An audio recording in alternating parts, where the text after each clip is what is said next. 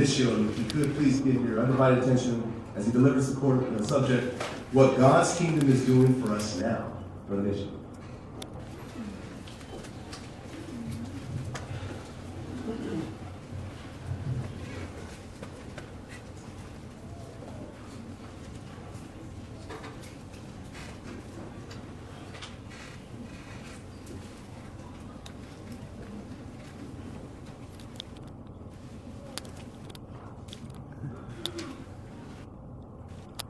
Do you recognize what you're doing? You're waiting, and probably uncomfortably so. And that's the nature of waiting oftentimes, isn't it? When we wait, we're uncomfortable. And that's especially true when we're waiting for something that we really need or we really want. When we're waiting, we can get nervous, we may lose our confidence, we can become impatient, and that can cause us to act in a way and make decisions that we would not otherwise make. And that's true of the request that many people have been waiting for a long time. You remember, Jesus told his followers to pray, "Let your kingdom come." And he associated the coming of that kingdom with the doing of God's will as in heaven, also on earth. He tied it with the sanctification of God's name. But people look out in our world, where's God's kingdom? Is this God's will? No. So they become impatient. They've lost their confidence. And the same can happen with us. But the real problem is a lack of understanding. So let's get some better perspective by turning our Bibles to Psalm 110. That's Psalm 110, and we'll be looking at the first two verses. And bear in mind that in looking at this verse, or these verses, we're trying to understand a little bit better what this kingdom is that we're praying for. And if we can understand that, then we'll understand more about how that prayer will be fulfilled, and then we can understand when that would happen. Okay? So giving your attention to Psalm 110, verses 1 and 2, "The utterance of Jehovah to my Lord is, sit at my right hand, until I place your enemies as a stool for your feet. The rod of your strength Jehovah will send out of Zion, saying, go subduing in the midst of your enemies." Now, how is it that this verse helps us to understand what God's kingdom is? Well, let's identify this person that's referred to as my Lord.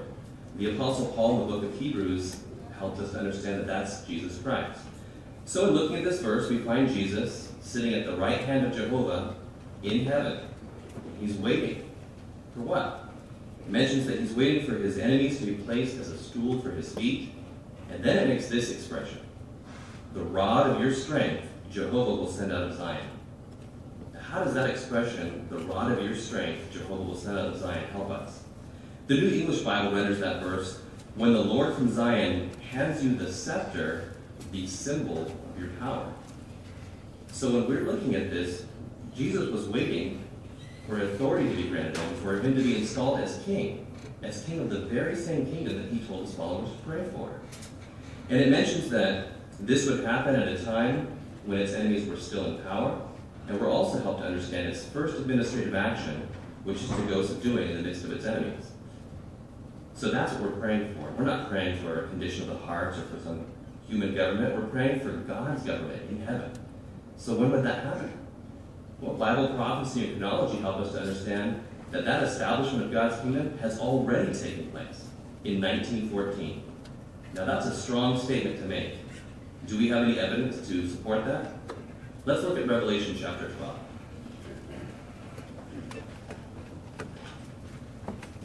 That's Revelation chapter 12. And we're going to be looking at verses 10 and 12. And our reason in doing this is to be able to identify some of the evidence that we have to support that God's kingdom was established in 1914. And of course, we're not going to detail every piece of evidence, so if you need to see more of that, then by all means make arrangements after the meeting. But the first half of verse 10 says this: "And I heard a loud voice in heaven say, now have come to pass the salvation and the power and the kingdom of our God and the authority of his Christ." See, there it is, the establishment of God's kingdom. Jesus being given authority as king of that kingdom. But remember its first action, to go subduing in the midst of its enemies? Notice that in the second half of verse 10. "Because the accuser of our brothers has been hurled down." The accuser is identified in the preceding verse 9 as Satan the devil.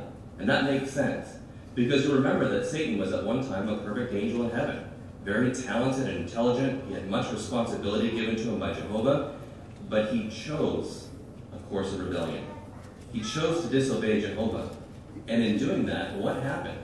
Well, now not everyone in heaven was doing God's will, so God's will was not completely being done in heaven any longer.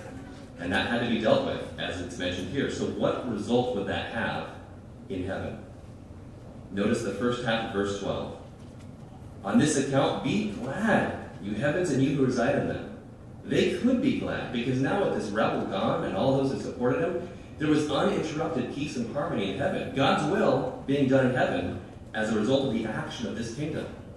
But here's the significant point for us in understanding. What would that mean for the earth? Notice the second half of verse 12. Woe for the earth and for the sea, because the devil has come down to you, having great anger, knowing he has a short period of time.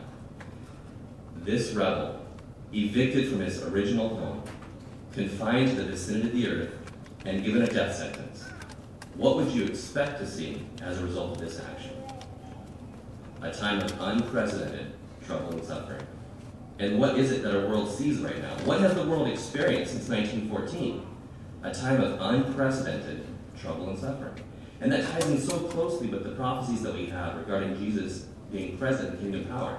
Wars, natural disasters, crime, sickness, the attitudes of men being fierce without self-control, having no natural affection. These are all the things that we see on an unprecedented scale that contribute to this suffering. So it's clear the kingdom was established in 1914. But that was a long time ago. We're still waiting. God's will hasn't been done here on earth. God's name hasn't fully been sanctified. So how can we be confident that it's going to come through? How can we avoid becoming impatient? Well, let's look at what the kingdom is doing in our time. And by doing that, then, we'll become convinced that this is a real government, not some sort of religious fictional entity, but something that's real, something that we can have confidence in. So to do that, let's look at Proverbs chapter 14. That's Proverbs chapter 14. We're going to look at verse 28. Now, these words are very interesting, the way that they're framed here. You're going to like this point. Proverbs 14, in verse 28. He says, in the multitude of people, there is an adornment of a king, but in the lack of population is the ruin of the high official. How do these words help us to understand that God's kingdom is real, that it's busy in our time? Well, let's look at it just a little bit more. In the multitude of people, there is an adornment of a king. What does a government or a ruler need in order to be validated? People, right? What would be the point of calling yourself a ruler or having a government if you had no subjects? There would be no point. It would be purposeless.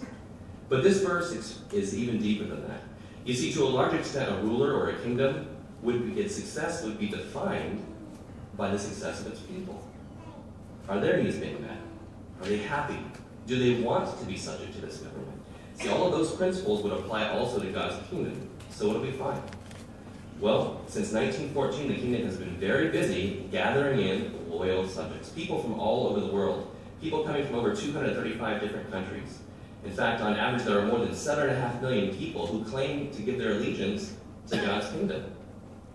But are they happy? Are their needs being met?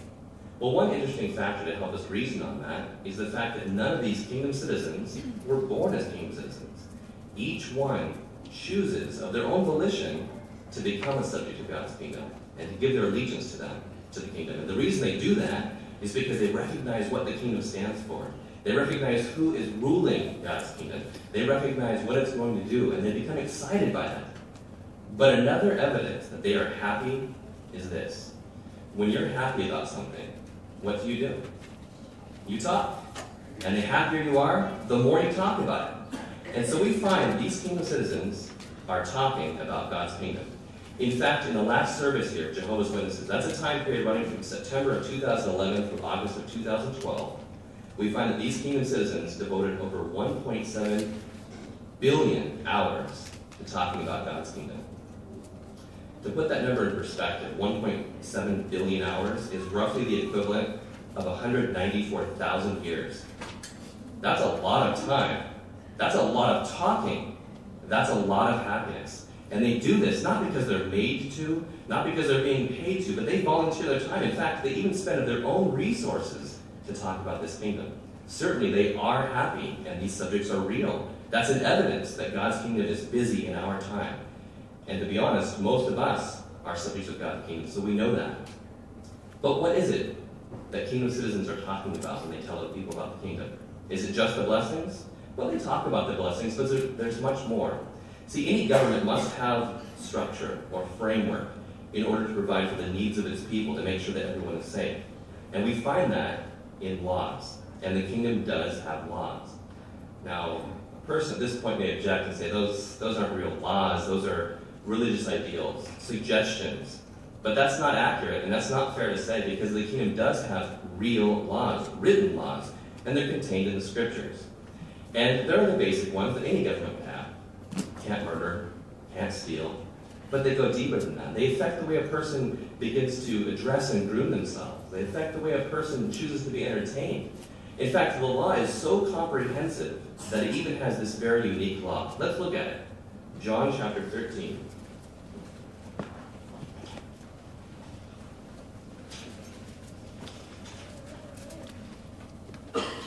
That's John chapter 13. We'll be looking at verses 34 and 35. And this is a law that only God's kingdom could have. John 13, beginning in verse 34, it says, I am giving you a new commandment, that you love one another, just as I have loved you, that you also love one another. By this all will know that you are my disciples, if you have love among yourselves. There it is. God's kingdom has a love requiring that its citizens love one another. You can't do that. Can you make someone love you? So how can you have an entire body of people and force them or obligate them to love one another? That's impossible. And that's true for human governments. But this is the superiority of God's kingdom. When a person begins to learn about the kingdom and they bring themselves into subjection to that, then they put themselves in a place where they allow Jehovah and Jesus to begin to mold their minds and their hearts to affect the kind of person they are, helping them to develop a Christ-like personality to the point where they can legitimately be expected to have and display this love for one another. But we're not talking simply about feelings of affection. This is a very unique form of love. It's a self-sacrificing love, the same love that Jesus showed for his disciples. He made sacrifices for them. He gave of himself for them. He put their needs ahead of his own, to the point where he was even willing to lay down his life in behalf of all future citizens of his kingdom. So the point is, a kingdom citizen has to have the same kind of love. They have to make sacrifices for fellow citizens, to put their needs of other citizens ahead of their own, to the point where they would be willing to die for any other citizen of God's kingdom. That's a deep point. What a fantastic law. But is it real? Does it really work? Can we see any evidence of it? Would you like to see some evidence? Would you like to see some right now? Just look around you. So you came into this Kingdom Hall today. You're surrounded by a group of people that's very diverse from all over the world. But are you worried about your wallet being swiped out of your pocket or your purse being taken away? Or those of you with children, are you worried unduly that someone's going to come and harm your children? No, the thought probably never crossed your mind, because this environment is uniquely different. It stands out. We've been to other places. We've been to movies and concerts and different places, but never do you find this kind of environment. And the reason for that is because of this law of love. It's real and it works. And to that point, one man locally, the first time he ever gathered with Jehovah's Witnesses was at a district convention of Jehovah's Witnesses in Long Beach, California. And he actually had a chance to work there at one point. So he saw the different types of people who were there, and he attended concerts there. But from the time he arrived at the parking lot on, when it was a gathering of Jehovah's Witnesses, he saw something that stood out as uniquely different. The way that people carried themselves, the way that they dressed, the way that they treated one another was so very different. He didn't see people fighting, smoking, drinking. He didn't see people using profanity or vulgarity.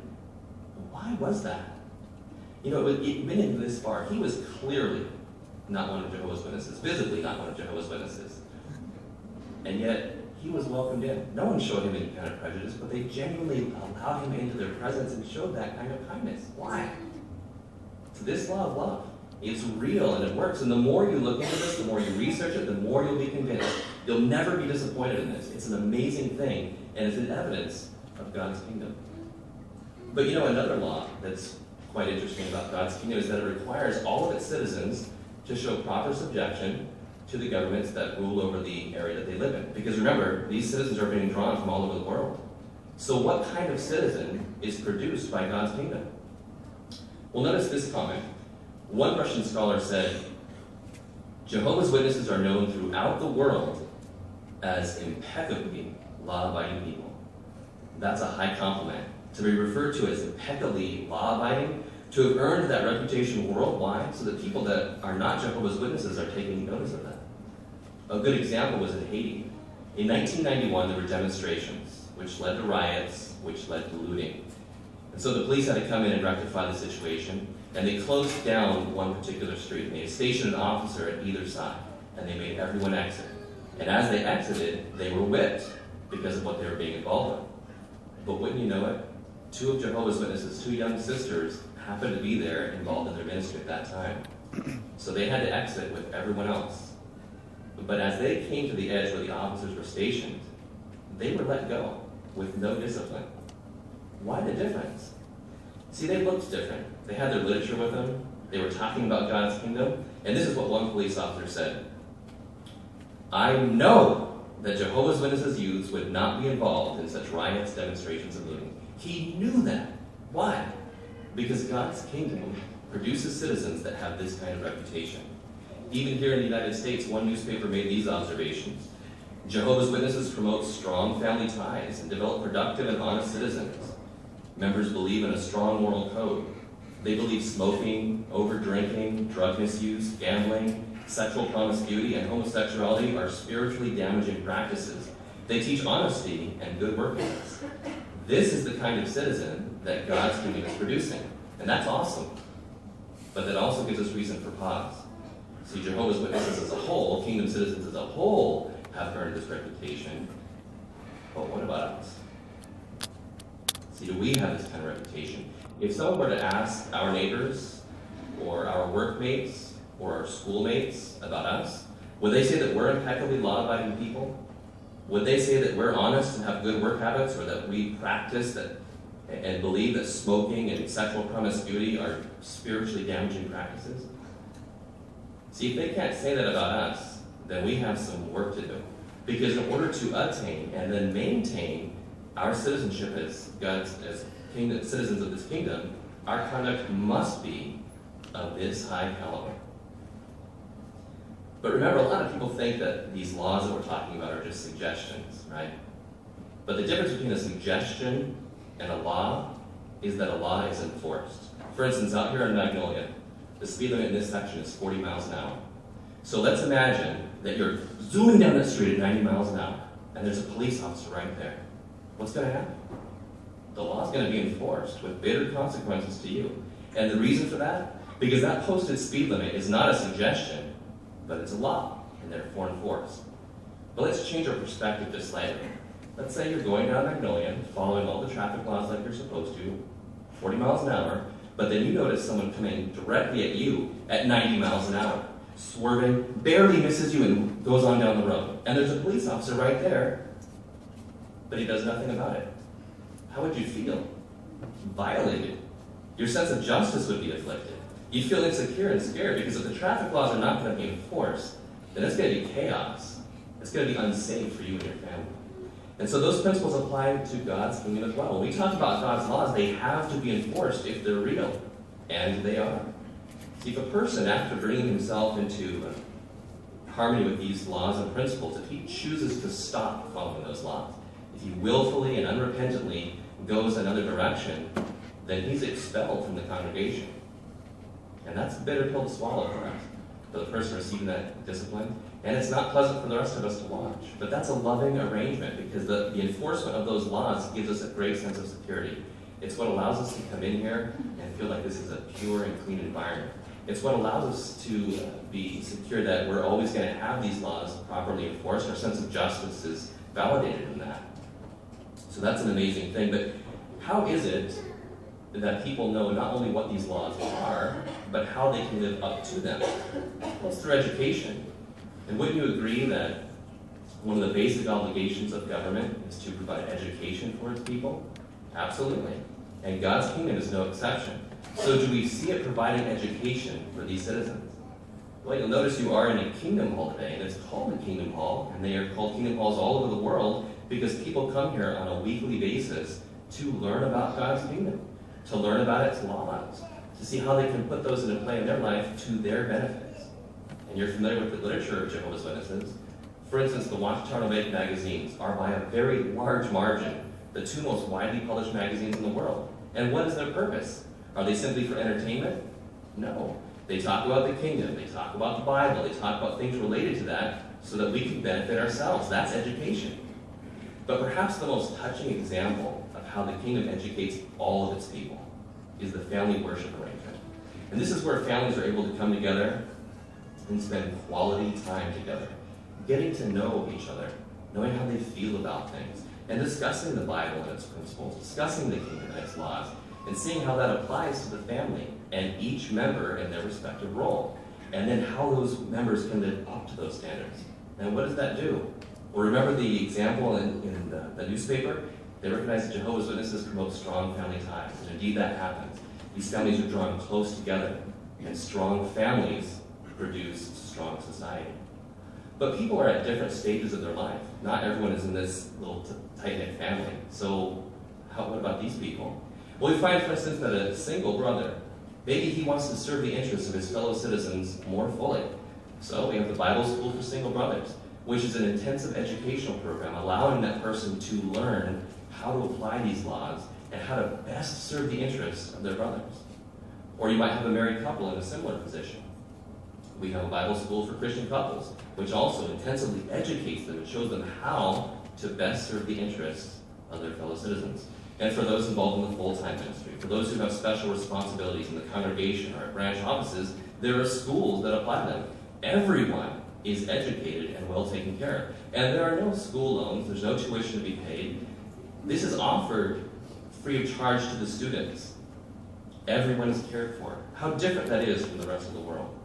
But it goes even farther than that. You see, remember we talked about these happy kingdom citizens, and they're talking about God's kingdom, spending all that time talking about it? One of the ways they do that is by offering personalized education to people that are not Jehovah's Witnesses. They freely give up their time and resources to help that person learn what God's kingdom is, what it stands for. And if the person has the interest and desire, they can learn its laws and bring their lives into harmony with those so they can join us as kingdom citizens. Isn't that amazing? Can you imagine if any other government in the world offered free personal education to people that were not even its own citizens? What a phenomenal thing. But this is actually happening. You see it. That's evidence that God's kingdom is real. It's in action right now. But we have all these citizens. We've got these laws that are in force, and we have an educational system. Who is it that's overseeing all of this work? Well, let's look at a verse in Isaiah chapter 32.